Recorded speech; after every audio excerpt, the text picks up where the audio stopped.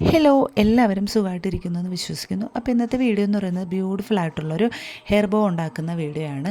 എങ്ങനെയാണ് ഉണ്ടാക്കുന്നതെന്ന് നോക്കാം. അപ്പോൾ അതിന് വേണ്ടിയിട്ട് ഞാൻ എടുത്തിട്ടുള്ള മെറ്റീരിയൽ എന്ന് പറയുന്നത് സാരിയുടെ ഫാബ്രിക്കാണ്. ലീവ്സും ഫ്ലവറും ഉണ്ടാക്കുന്നത് രണ്ടും സാരിയുടെ മെറ്റീരിയൽ വെച്ചിട്ടാണ്. അപ്പം എന്തൊക്കെ മെറ്റീരിയൽസാണ് എടുക്കുന്നതെന്ന് ആദ്യം തന്നെ കാണിക്കുന്നുണ്ട്.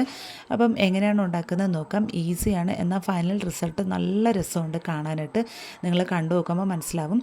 ആദ്യം തന്നെ നമുക്ക് ആ സാരിയുടെ മെറ്റീരിയൽ രണ്ടായിട്ട് ഒന്ന് മടക്കി എടുക്കുക. എന്നിട്ട് അതിൻ്റെ അരികോശമൊക്കെ കട്ട് ചെയ്തിട്ട് നമുക്കിതുപോലെ വിരലുകൊണ്ടൊന്ന് ചുറ്റി പിടിച്ചിട്ട് നൂലുകൊണ്ടൊന്ന് ചുറ്റിക്കെട്ടിയെടുക്കാം, ഇല്ലെങ്കിൽ സ്റ്റിച്ച് ചെയ്ത് കൊടുക്കാം. എന്നിട്ട് അതിന് നമ്മൾ രണ്ടായിട്ടൊന്നും കൂടെ മടക്കി എടുത്തിട്ട് അതിൻ്റെ ആ ഒരു ഭാഗം ഇതുപോലെ തയ്ച്ചു കൊടുക്കണമുണ്ട്. കെട്ടി വെച്ച് കൊടുത്താലും മതി, ഇല്ലെങ്കിൽ ഗ്ലൂ വെച്ച് ഒട്ടിച്ചു കൊടുത്താലും മതി. എന്നിട്ട് നമ്മളിതുപോലെ ഒരു നല്ലൊരു രീതിയിൽ ഫ്ലവറായിട്ട് ഉണ്ടാക്കി എടുക്കണുണ്ട്. ഇതൊക്കെ ഒന്ന് വിടർത്തി എടുത്തിട്ട് ആ നൂലൊക്കെ പൊന്തി നിൽക്കുന്നത് കട്ട് ചെയ്ത് കളഞ്ഞിട്ട് സിഗരറ്റ് ലാമ്പ് വെച്ചിട്ട് ഞാനിതൊന്ന് ഉരുക്കി ഒട്ടിച്ചു കൊടുക്കുന്നുണ്ട്. സേഫായിട്ട് ഇരിക്കാൻ വേണ്ടിയിട്ടാണ്. ആ നൂലൊന്നും പൊന്തി വരാതെ സെക്യൂറായിട്ട് അങ്ങനെ ഇരുന്നോളും. കണ്ടില്ലേ, നല്ലൊരു ഫ്ലവർ കിട്ടിയില്ലേ.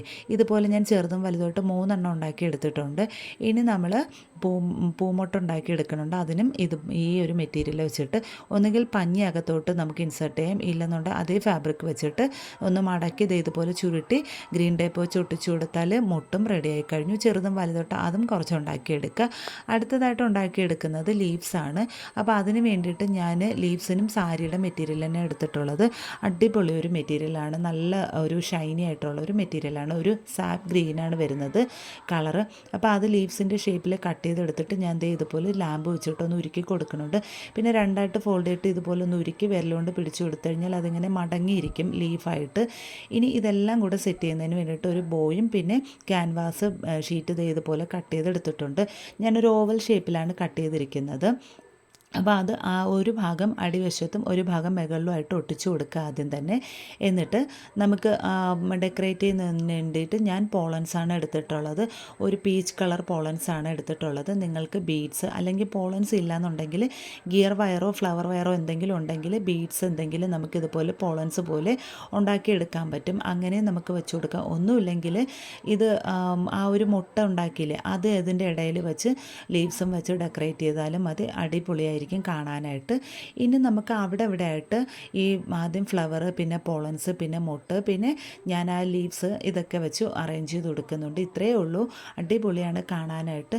അപ്പോൾ ₹1 പോലും ചിലവില്ലാതെ നമ്മുടെ കയ്യിലുള്ള വേസ്റ്റായിട്ട് കളയുന്ന സാരിയുടെ പീസസ് അല്ലെങ്കിൽ ഷോളിൻ്റെ പീസ്, നെറ്റിൻ്റെ ഫാബ്രിക് അല്ലെങ്കിൽ കുഞ്ഞുമക്കളുടെ ഫ്രോക്കിൻ്റെ പീസസൊക്കെ വെച്ചിട്ട് നമുക്കിതുപോലെ നല്ല ഹെയർ ബോ സെറ്റ് ചെയ്തെടുക്കാം. ₹1 പോലും വേണ്ട എന്നുള്ളതാണ് സത്യം എന്ന് പറയുന്നത്.